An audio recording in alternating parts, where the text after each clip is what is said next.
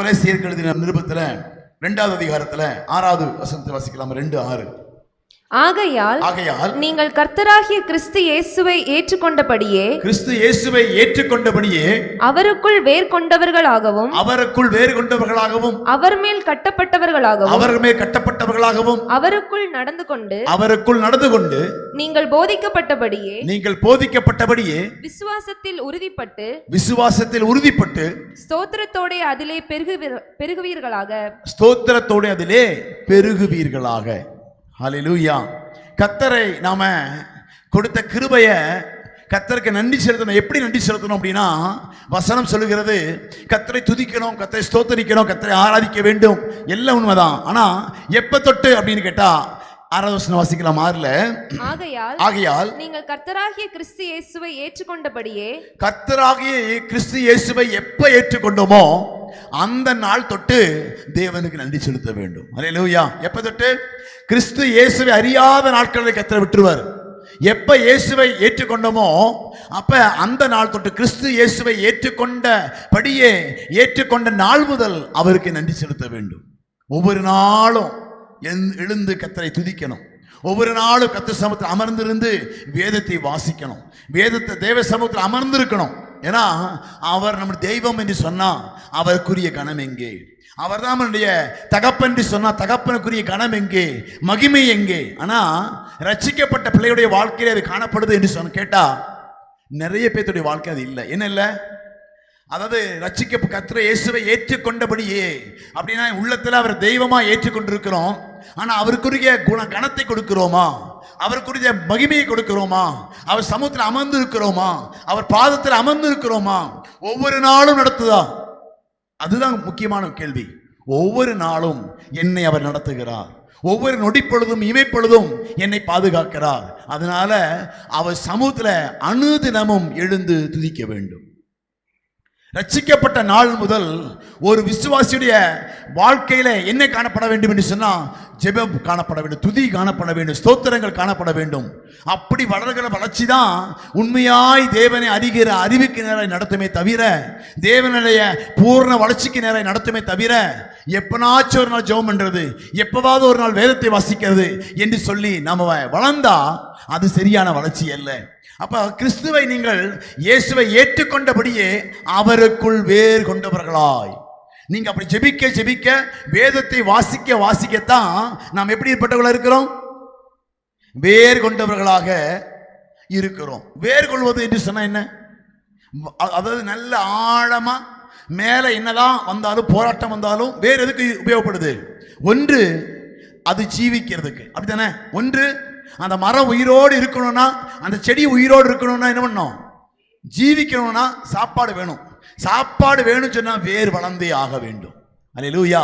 ஒரு விசுவாசி வளர வேண்டும், ஒரு கிறிஸ்துவுக்குள் தேறினவனாய் மாற வேண்டும் என்று சொன்னா கிறிஸ்து நீங்கள் இயேசுவை ஏற்றுக்கொண்டபடியே அவருக்குள் வேர் கொள்ள வேண்டும். வேர் கொண்டு அவர் கொடுக்கிற அந்த ஆகாரத்துல நீங்க வளர்ந்தீங்கன்னா உங்களுடைய வாழ்க்கை எப்படி இருக்கும்? செழிப்பானதா இருக்கும், சந்தோஷம். 2வது வேர் எதுக்கு கொடுக்கப்படுகிறது அப்படின்னா பலத்துக்காக. அது போய் வேர் பிடிச்சிச்சுன்னா மேலே எவ்வளவு பிரச்சனை வந்தாலும் சரி, போராட்டம் வந்தாலும் சரி, உங்களுடைய வேருடைய தன்மையை பொறுத்து தான் உங்க ஆவிக்குரிய வாழ்க்கை ஸ்ட்ராங்கா இருக்கா இல்லையான்னு கண்டுபிடிக்க முடியும். அல்லேலூயா.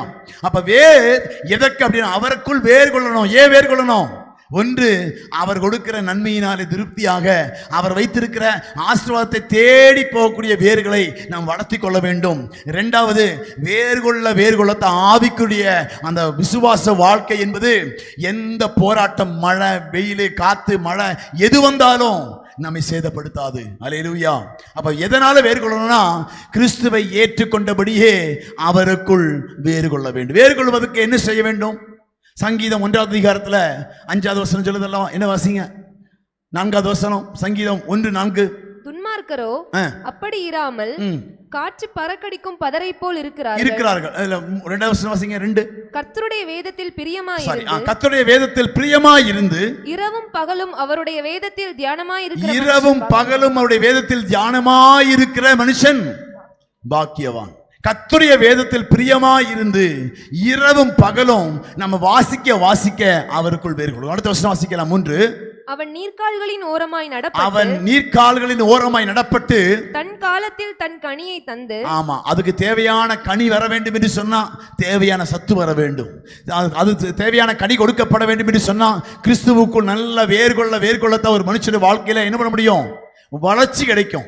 அவன் நீர்க்கால்களின் ஓரமாய் நடப்பட்டு தன் காலத்தில் தன் கனியை தந்து இலையுதிராதிருக்கிற மரத்தை போல ஸ்ட்ராங்கா இருக்கணும் சொன்னா அவன் கிறிஸ்துவுக்குள் வேறு கொள்ள வேண்டும். வேத வசனத்தின்படியாய் அந்த அறிவுக்குள்ளாய் வளர்த்தி என்ன பண்ணணும்? இரவும் பகலும் வேதத்தை தியானிச்சு அவன் கிறிஸ்துவுக்குள் வேறு கொள்ள வேண்டும். அவன் செய்வதெல்லாம் அடுத்த வசனம் வாசிங்களேன். துன்மார்க்கரோ அப்படி இராமல் காற்று பறக்கடிக்கும் பதரை போல் இருக்கிறார். காற்று அடிச்சா தூசி எப்படி பறந்து போகுதோ அதை போல கிறிஸ்துவுக்குள் வேறு கொள்ளாதவர்கள் சாய்க்கப்பட்டு விடுவார்கள். விசுவாசத்துல வேறு கொள்ளாதவர்கள் சாய்க்கப்பட்டு விடுவார்கள். அப்ப கிறிஸ்துவுக்குள்ள நாம் எப்படிப்பட்டவர்களா இருக்கணுமா? வேறு கொண்டவர்களா. கிறிஸ்துவை ஏற்றுக்கொண்ட நாள் முதலே கொலோசியர் 2:6 கூடி வாசிக்கலாமே, தொடர்ந்து வாசிக்கலாம். ஆகையால் நீங்கள் கர்த்தராகிய கிறிஸ்து இயேசுவை ஏற்றுக்கொண்டபடியே அவருக்குள் வேர் கொண்டவர்களாகவும் அவர் மேல் கட்டப்பட்டவர்களாகவும் அவர் மேல் என்ன பண்ணணும்? மாளிகையாக இசைந்து கட்டப்பட வேண்டும். அதை குறித்து நான் ரொம்ப சொல்லல. அதன் மேல இயேசுவின் மேல கட்டப்படுகிற ஒரு வாழ்க்கை, இயேசுவை மையமா வச்சு, அதுதான் மூலைக்கல், அதுதான் அஸ்திபாரம். அந்த சென்று மாறாம அந்த பக்கமும் இந்த பக்கம் போயிருக்கு. இந்த பக்கம் அதிகமாக போச்சு தப்பு, அந்த பக்கம் அதிகமாக போடச்சு அதான் தப்பு. அப்ப அவருக்குள் கட்டப்பட்டு அவருக்குள் நடந்து கொண்டு அவருக்குள்ளதான் நடந்துக்கணும். அவரை விட்டு வெளியில வரக்கூடிய எந்த செய்கையும் நமக்குள்ள இருக்கக்கூடாது. அவருக்குள்ள நாம் வளர்ச்சி வேண்டும். என்ன வளர்ச்சி? அவருக்குள் வளர்வது என்று சொன்னா உலகம் நமக்கு அநேக மாடல்களை காண்பிக்கும், அநேக எடுத்துக்காட்டுகளையும் அநேக காரியங்களையும் கற்றுக் கொடுக்கும். ஆனா அதுல எல்லாம் நம்ம வளர்ந்துடக்கூடாது. எதில் வளரணுமா? அவருக்குள். வசனம் என்ன சொல்லுதோ அந்த கட்டுப்பாட்டுக்குள்ள நாம் வளர வேண்டும். அந்த கட்டுப்பாட்டுக்கு கீழே தான் வசனம் சொல்லாத எதுலையும் நான் வளர்ந்துடக்கூடாது. ஞாயிற்றுக்கிழமை ஆச்சுன்னா நமக்கு என்ன சொல்லுவாங்க? ஃபங்க்ஷன் வைப்பாங்க. அது என்னது? அது உலகம் நமக்கு கற்றுக் கொடுக்கிற ஒன்று. ஆனால் இயேசுவுக்குள் வளர்வது என்று சொன்னால் சண்டே ஆச்சுன்னா சர்ச்சுக்கு போகணும், தேவனை ஆராதிக்கணும், ஓய்வு நாளை கூடி வருவதை சபை கூடி வருவதை விட்டு விடாது இருங்க சொல்லி வேதம் சொல்லுது. அப்போ இப்படி வசனத்துக்குள் அவருக்குள் வளர்வது என்று சொன்னால் வசனத்துக்கு கீழ்ப்படியக்கூடிய தன்மை. அவருக்குள் நடந்து கொண்டு நீங்கள் போதிக்கப்பட்டபடியே விசுவாசத்தில் உறுதிப்பட்டு ஸ்தோத்திரத்தோட அதிலே பெருகுவீர்களாக. இப்படி எல்லாம் நீங்க நடக்க விசுவாசத்திலே உறுதிப்படுகிறோம். என்ன பண்றோம்? விசுவாசத்துல உறுதிப்படுகிறோம். எப்படி? அசைக்க முடியாத நம்பிக்கை. அவர் தான் லைஃப், அவர் தான் வாழ்க்கை என்று அவருக்குள் வேறு கொள்ள உறுதிப்பட கட்டப்பட நடக்க நாம் விசுவாசத்தில் தேறின பிள்ளைகளாய் மாறுகிறோம். அல்லேலூயா. நீங்கள் போதிக்கப்பட்டபடியே விசுவாசத்தில் உறுதிப்பட்டு, விசுவாசம் உறுதிப்படும், நம்ம நம்பிக்கையில உறுதிப்படும், நம்முடைய நம்பிக்கையெல்லாம் வீண் போகாதபடிக்கு உறுதிப்பட்டு ஸ்தோத்திரத்தோட அதிலே பெருகுவீர்களாக. ஒரே வசனத்தை பார்த்தோம். எபேசியர் 2:20 வாசிக்கலாமே. கட்டப்படுவது என்று சொன்னா எபேசியர் 2:20 அப்போஸ்தலர் தீர்க்கதரிசிகள் என்பவர்களுடைய அஸ்திபாரத்தின் மேல் கட்டப்பட்டவர்களுமாய் இருக்கிறீர்கள். அப்போஸ்தலர் தீர்க்கதரிசிகள் என்பவருடைய அஸ்திபாரத்தின் மேல் கட்டப்பட்டவர்களாய் இருக்கிறீர்கள். அதற்கு இயேசு கிறிஸ்து தாமே மூலைக்கல்லாய் இருக்கிறார். அப்ப எப்படி கட்டப்படணுமா? இயேசுதான் மூலைக்கல்லா வச்சு அந்த மூலைக்கல்லிருந்து என்ன பண்ணணும்? மாற்றமில்லாத வசனத்தின்படியாகவே, அந்த வசனத்தை அப்போஸ்தலருடைய உபதேசத்தின்படியாகவே அவர்கள் கற்றுக் கொடுத்த அந்த கட்டளையின்படியாகவே வளர வேண்டுமே தவிர உலகம் கற்றுக் கொடுக்கிறபடியாக கட்டப்படவோ வளரவோ வேதத்தை நம்ம விட்டு பின்னால போயிடக்கூடாது. அப்ப நம்ம இப்படி வளரத்தான் விசுவாசம் உறுதிப்படும். விசுவாசம் உறுதிப்படுகிறது மாத்திரமல்ல, அது கூட அது விசுவாசம் உறுதிப்பட ஸ்தோத்திரத்திலே பெருகுவீர்களாக. இப்படி விசுவாசத்துல உறுதிப்பட்டு ஸ்தோத்திரத்திலே பெருக வேண்டும். அல்லேலூயா. எப்படி விசுவாசத்துல உறுதிப்படுறது? விசுவாசத்துல எப்படி ஸ்தோத்தரிக்கிறது அப்படின்னா மத்தேயு அதை எழுதின சுவிசேஷத்துல ஒரு வசனத்தை வாசிக்கலாம். 15வது அதிகாரத்துல 36வது வசனம் வாசிக்கலாம். 15:36 அந்த 7 அப்பங்களையும் அந்த 7 அப்பங்களையும் அந்த மீன்களையும் எடுத்து ஸ்தோத்திரம் பண்ணி பிட்டு தம்முடைய சீஷர்களிடத்தில் கொடுத்தார். சீஷர்கள் ஜனங்களுக்கு பரிமாறினார்கள். அங்க விசுவாசம் வர்த்திக்கப்பட அங்க இயேசு என்ன பண்ணாருன்னா அந்த 7 அப்பங்களையும் அந்த மீன்களையும் எடுத்து ஸ்தோத்திரம் பண்ணி பிட்டு சீஷர்களுக்கு கொடுக்கிறார். அங்க குறைவா இருக்கிறத அவர் பார்க்கவே இல்லை. 7 தான் இருக்குது. எப்படி இத்தனை பேருக்கு பெருக பண்ண போறேன் அப்படின்னு யோசிக்க. விசுவாசம் ஸ்திரப்பட்டுச்சுன்னா, விசுவாசம் நீங்க வளர்ந்தீங்கன்னா, நீங்க கையில் என்ன இருக்குன்னு பார்க்க மாட்டீங்க, பெருக பண்ணுகிற தேவனை பார்ப்பீர்கள். அங்க பாருங்க, ஸ்தோத்திரம் பண்றார். ஆண்டவரே இந்த 7 அப்பங்களுக்காய் ஸ்தோத்திரம்ப்பா, இந்த 7 மீன்களுக்காய் ஸ்தோத்திரம் ஆண்டவரே, இந்த 5 அப்பங்களுக்கு குறைவை பார்க்காதீங்க, அந்த குறைவிலே தேவனை ஸ்தோத்திரப்பட, விசுவாசத்துல நீங்க உறுதிப்பட விசுவாசத்துல நீங்க தேர உங்க ஸ்தோத்திரங்கள் எப்படி இருக்கும், எல்லாவற்றிற்காகவும் ஸ்தோத்திரம் பண்ண ஆரம்பிப்போம். அல்லேலூயா. அந்த இயேசு அந்த 7 அப்பங்களை எடுத்து ஸ்தோத்திரம் பண்ணி பிட்டு தம் சீஷர்களுக்கு கொடுத்தாராம். அது பெருகிச்சா இல்லையா? அதுதான் விசுவாசத்திலே வளர்கிறது. 7 அப்பத்தை பார்த்தா ஒரு சின்ன பையனை கூடி 10, நம்ம என்ன சொல்லியிருப்போம், 7 அப்பம் ஒரு 10 பேருக்கு கூடி பத்தாது, என்ன நீங்க விளையாடுறீங்களா, ஒருத்தர் இருந்து வாங்கியிருக்கிறீங்களே அப்படின்னு சொல்லி 7 பேசுவோம். விசுவாசத்தோட நான் பார்க்க, விசுவாச கண்களோடு பார்க்கணும். நாம தான் அதுக்கு தான் சொல்றேன், வேறு விடணும், கிறிஸ்து இயேசுவுக்குள்ள வேறு விடணும். விசுவாசியா இருக்கிறோம் சொல்லி விசுவாசியாவே இருக்கிறதுக்காக அல்ல, கிறிஸ்துவுக்குள் வேறு கொள்ள வேண்டும், வளர வேண்டும், கட்டப்பட வேண்டும். அதாவது அந்த மூளைக்கல்ல வச்சு அந்த வசனத்தின் மேல கட்டப்பட விசுவாசம் ஸ்திரப்படும், விசுவாசம் பெருகும். அந்த விசுவாசத்தில் வல்லவர்களாய் மாற நம்ம எல்லாவற்றுக்காக ஸ்தோத்திரம் பண்ண ஆரம்பிப்போம். கொஞ்சமா இருக்குது, பரவாயில்லப்பா, நீங்க எனக்கு கொடுத்துருக்கீங்க ஸ்தோத்திரம். என் வாழ்க்கையில சில குறைகள் இருக்குது ஆண்டவரே, பரவாயில்ல, நீங்க பார்த்துக்குவீங்க, ஸ்தோத்திரம். அப்ப ஸ்தோத்திரத்துல பெருகுவது என்று சொன்னா, இருக்கிறது கொஞ்சமா இருக்குது, அழகெல்லாம் இருக்கும், அசிங்கமா இருக்குது, பரவாயில்ல, ஸ்தோத்திரம் ஆண்டவரே, எல்லாவற்றிற்காகவும் ஸ்தோத்திரம் பண்ண துவங்க வேண்டும். அல்லேலூயா. இந்த 6வது நாள கர்த்தர் நமக்கு சொல்லுகிற காரியம் என்ன தெரியுமா? நன்றி செலுத்துறது அப்படின்னா எல்லாவற்றுக்காகவும் ஸ்தோத்திரம் பண்ண ஆரம்பிக்க வேண்டும். எல்லாவற்றுக்கும் ஸ்தோத்திரம். குறைவா இருக்குது, பரவாயில்ல ஆண்டவரே, ஸ்தோத்திரம் ஆண்டவரே, இன்னைக்கு இவ்வளவுதான் கிடைச்சிருக்கு, பரவாயில்ல, ஸ்தோத்திரம் ஆண்டவரே.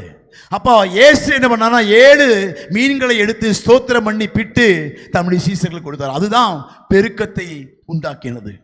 தேவ சமூகத்தில் அவர் விசுவாசத்தில் வல்லவராய் இருந்ததுனால பிதாவை நோக்கி பார்த்து ஸ்தோத்திரம் பண்ண ஆரம்பிக்கிறார். குறைவாய் இருக்கும் போது அந்த 7 மீன்களையும் எடுத்து கர்த்தருடைய சமூகத்தில் வைத்து ஸ்தோத்திரம் பண்ண ஆரம்பித்தார். அந்த குறைவை பிதாவாகி தேவன் நிறைவாய் மாற்றினார், பெருக பண்ணினார். அப்ப விசுவாசிக்க அழகு, விசுவாசத்தில் வளர்ந்திருக்கிறோம் என்று சொன்னா என்ன அர்த்தம் என்று சொன்னா, ஸ்தோத்திரம், எல்லாவற்றிற்காக ஸ்தோத்திரம் செய்ய வேண்டும். என்ன சொல்லி இருந்தா பரவாயில்ல, ஒரு சில நேரங்களில் நஷ்டமே வரும், ஸ்தோத்திரம் ஆண்டவரே சொல்ல முடியுமா? விசுவாசத்தில் வளர்ந்தவங்க சொல்ல முடியும். மற்றவங்க ஐயோ போச்சே, ஏன் ஆண்டவர் ஏன் வாழ்க்கை இப்படி பண்ணினாரு என்று சொல்லி முறுமுறுக்க ஆரம்பித்து விடுவோம். அந்த முறுமுறுப்பு இருக்கக்கூடாது. என் தேவனை யார் என்பதை அறிந்து எல்லாவற்றிற்காகவும் ஸ்தோத்திரம் பண்ண ஆரம்பிக்க வேண்டும். அல்லேலூயா.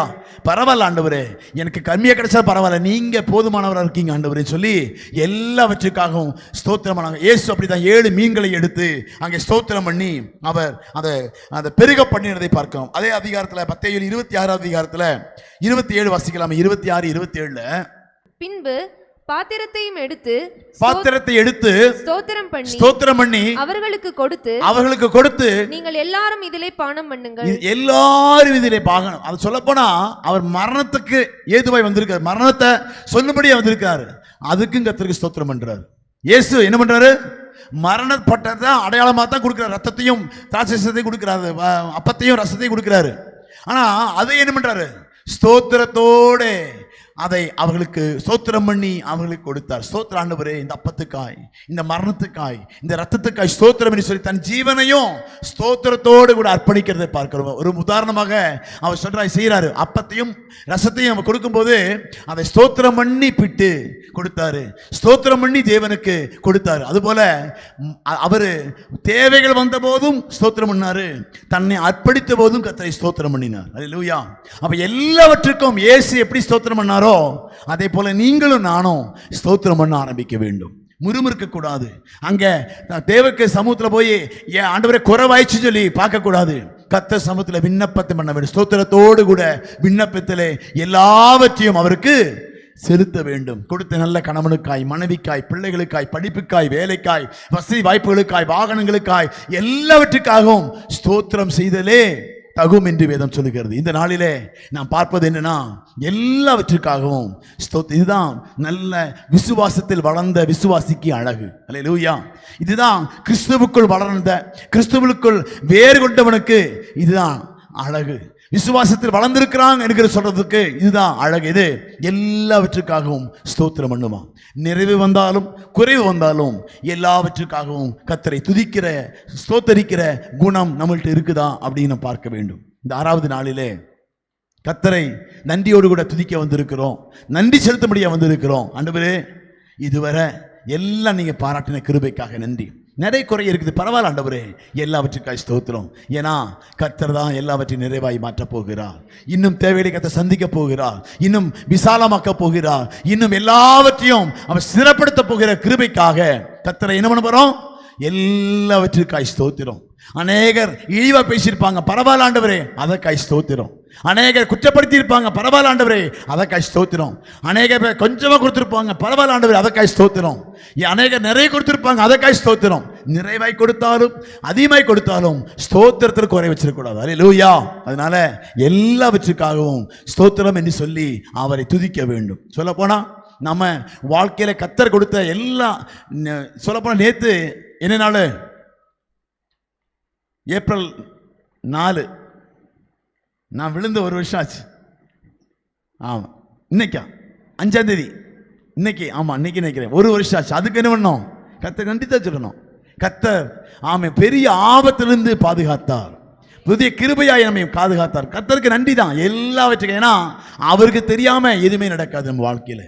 அதனால எல்லாவற்றுக்காகவும் கர்த்தரை துதிப்பது, ஸ்தோத்திரம் பண்ணுவதே தகும் என்று வேதம் சொல்லுகிறது. ஆமா, நம்ம வாழ்ந்தாலும் சரி தாழ்ந்தாலும் சரி நம்மை உயர்த்துகிற நல்ல தகப்பன் நம்ம கூட இருக்கிறதுனால எல்லாவற்றுக்காகவும் கர்த்தர் சமூகத்தில் ஸ்தோத்திரம் பண்ணுவோம். கர்த்தர் எல்லாவற்றையும் பெருக பண்ணுவார்.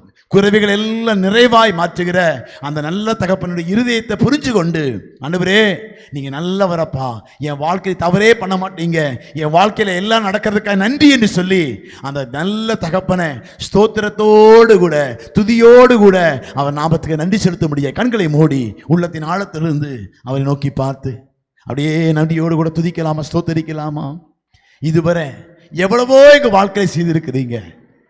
நாங்க நன்மையை பெறும்போது மாத்திரம் ஸ்தோத்திரம் சொல்லிவிட்டு, தீமைகள் வரும்போது குறைவுகள் வரும்போது அதுக்கு நாங்கள் ஸ்தோத்திரம் செலுத்தாம இருக்கிறோம். ஆண்டவரே, உம் கரம் இந்த நாளிலே எங்க கூட தான் இருக்குது என்பதை அறிந்திருக்கிறோம். ஆண்டவரே, நிறைவிலும் குறைவிலும் தீச்சுளையில் மத்தியிலும் கர்த்தர் கூடவே இருந்தீங்கப்பா. செங்கடலை வந்தபோதும் நீங்க கூடவே இருந்தீங்க ஆண்டவரே. நிறைய பேர் முறுமுறுத்தாங்க, தண்ணி இல்லாத போது முறுமுறுத்தாங்க ஆண்டவரே, அப்பம் இல்லாத போது முறுமுறுத்தாங்க ஆண்டவரே, காடை இல்லாத போது இறைச்சி இல்லாத போது முறுமுறுத்தாங்க ஆண்டவரே. நாங்க எந்த சூழ்நிலையா இருந்தாலும் உம்மை ஸ்தோத்தரிக்க உதவி செய்வீரா. எல்லாவற்றுக்கும் ஸ்தோத்திரத்தில் பெருகும்படியா, எல்லாவற்றுக்கும் ஸ்தோத்திரம் செலுத்தும்படியாய் வந்திருக்கிறோம் ஆண்டவரே. எல்லா நன்மைகளுக்காய் கிருபைகளுக்காக நன்றி. இந்த 6வது நாளிலும் அப்பா ஸ்தோத்திரத்தில் பெருகும்படியாக கிறிஸ்துவுக்குள் வேறு இயேசுவை ஏற்றுக்கொண்ட நாள் முதல் கிறிஸ்துவுக்குள் வேறு கொண்டு ஆண்டவரே அவருக்குள் கட்டப்பட்டு அவருக்குள் வளர்ந்து ஆண்டவரே விசுவாசத்தில் பெருகி ஸ்தோத்திரத்தில் பெருகும்படியாய் உதவி செய்கிற நல்ல தகப்பன் நீங்க ஆண்டவரே வர்த்திக்க பண்ணுவீராக. ஆண்டவரே, இன்னும் எங்க ஸ்தோத்திரங்களை வர்த்திக்க பண்ணுவீராக. சூழ்நிலையை பார்த்து எங்க ஸ்தோத்திரம் வரக்கூடாதாப்பா, என்ன பண்ணனாலும் எங்க அப்பா நல்லதுதான் பண்ணுவாருன்னு சொல்லி எல்லாவற்றுக்காகவும் ஸ்தோத்திரம் பண்ணும்படியாய் உதவி செய்வீராக. தொடர்ந்து நீ பொறுப்பெடுத்துக் கொள்ளும், வழி நடத்தும். ஆண்டவரே, இந்த 6 நாட்களும் கன்னிமணி போல பாதுகாத்தீங்கப்பா. ஒவ்வொரு நாளும் சூழ்நிலை மாறினாலும் துதிக்கக்கூடிய கிருபை கொடுத்தீங்க ஆண்டவரே. சூழ்நிலைகள் மாறினாலும் துதிக்கவும் சமுத்திரம் அமரவும் உதவி செய்தீங்க ஆண்டவரே. நன்றியோடு நாங்கள் துதிக்கிறோம், ஸ்தோத்திரிக்கிறோம் ஆண்டவரே. எல்லாவற்றுக்காக நன்றி அப்பா. ஆண்டவரே, நாளைய 7வது நாளில உம் மகிமை வெளிப்படும்படி நாங்கள் ஜெபிக்கிறோம். ஏழாவது நாளிலே கிருபை வெளிப்படும்படி நாங்கள் ஜெபிக்கிறோம்ப்பா. ஆண்டவரே, 6 நாட்களும் சமூகத்தில் காத்திருந்தோம். மேலானவர்களை பெற்றுக்கொள்ள எங்களை ஆயத்தப்படுத்துவீராக. கிருபையில கருத்திலே தாழ்த்திப்பு கொடுக்கிறோம். நாளை நடக்கக்கூடிய எல்லாவற்றையும் கருத்திலப்பு கொடுக்கிறோம். இயற்கை சூழ்நிலைகள் எல்லாம் கட்டுப்பாட்டுக்குள் வரட்டும் ஆண்டவரே. எல்லா ப்ரோக்ராமும் கட்டுப்பாட்டுக்குள் வரட்டும் ஆண்டவரே. எல்லாம் மகிமையாய் மாறட்டும். தடைகள் இயேசுவின் நாமத்தில் நீங்கட்டும். கிருபையில கருத்திலே தாழ்த்திப்பு கொடுக்கிறோம், அர்ப்பணிக்கிறோம். தொடர்ந்து நீ பொறுப்படுத்திக் கொள்ளும், வழி நடத்தும். எல்லா துதி கன மகிமை அனைத்தும் தருகிறோம் இயேசுவின் மூலம் ஜெபங்களும் பிதாவே, ஆமென். என் ஆத்துமாவே கர்த்தரை ஸ்தோத்திரி, என் முழு உள்ளமே பரிசுத்த நாமத்தை ஸ்தோத்திரி. என் ஆத்துமாவே கர்த்தரை ஸ்தோத்திரி, கர்த்தர் செய்த சகல உபகாரங்களையும் என்றென்றும் மறவாதே. ஆமென். கர்த்தர் தாமே உங்களை ஒவ்வொருவரை ஆசீர்வதிப்பாராக. ஆமென்.